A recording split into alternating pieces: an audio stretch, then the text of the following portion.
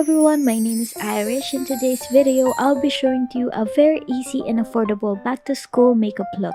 This video will have you find affordable products na helpful lalo na kung estudyante ka pa lang. Without further ado, let's hop into the video.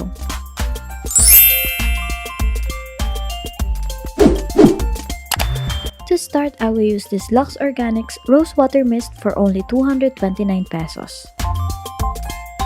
For my brows, I will be applying this Eyeshadow eyebrow pencil, which is very affordable at 83 pesos.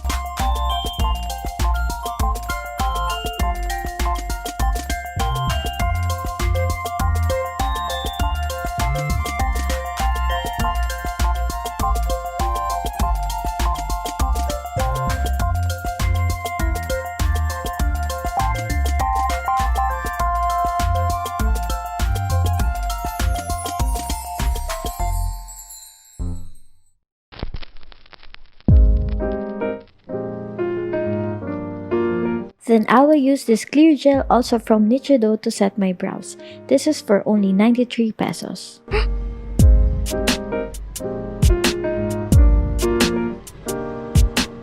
I won't be doing a base today, but instead I will use this Bellow Tinted Sunscreen for 170 pesos. This one has tone adaptability, so it's good for every skin tone.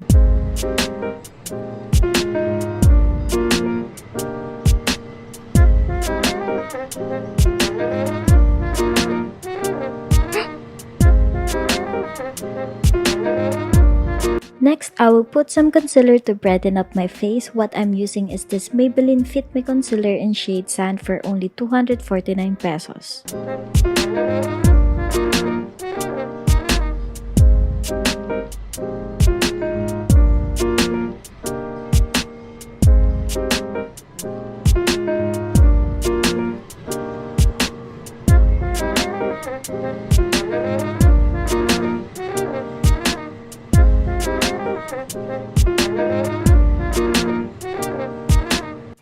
For my blush, I will be using this Super Beauty Lip and Cheek Tint for 100 pesos. I am doing it now kasi mahirap mag-blend ng liquid blush if magseset agad ng powder.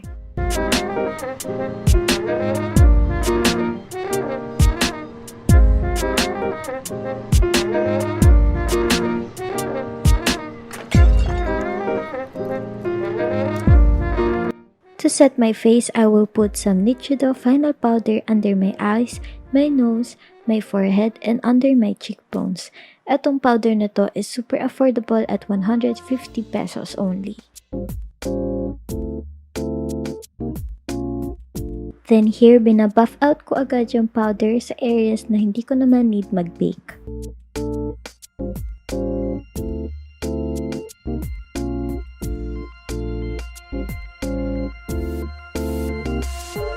For today's eye look, I will use this Everbelena chocolate palette for only 220 pesos. I will use this middle shade for my base color.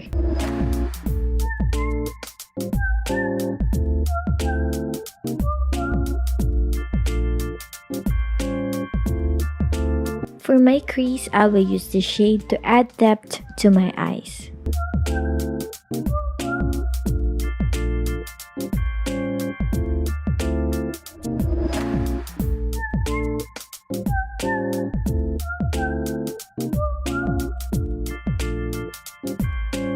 Then, I'm using this shade para sa center ng lids ko.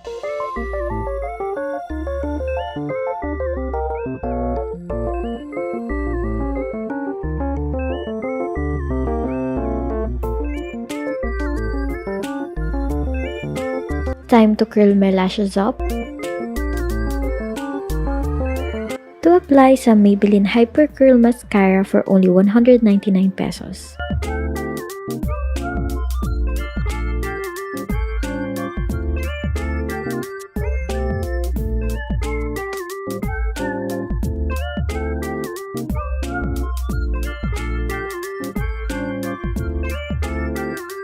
Same to my cheeks, I will be applying this Super Beauty Lip and Cheek Tint for my lips.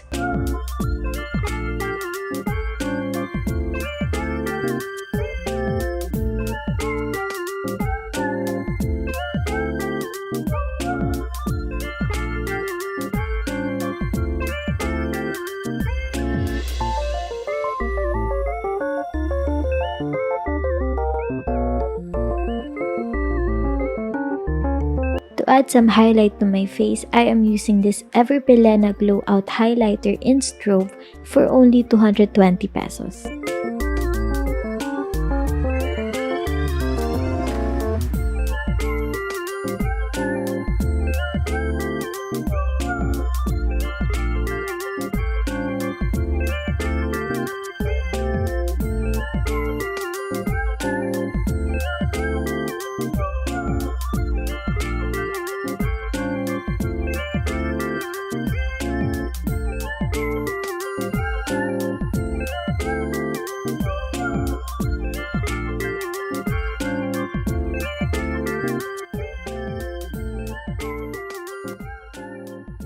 For your last step, I am now using again my Lux Organics Rose Water Mist to blend everything and patting that with a beauty sponge.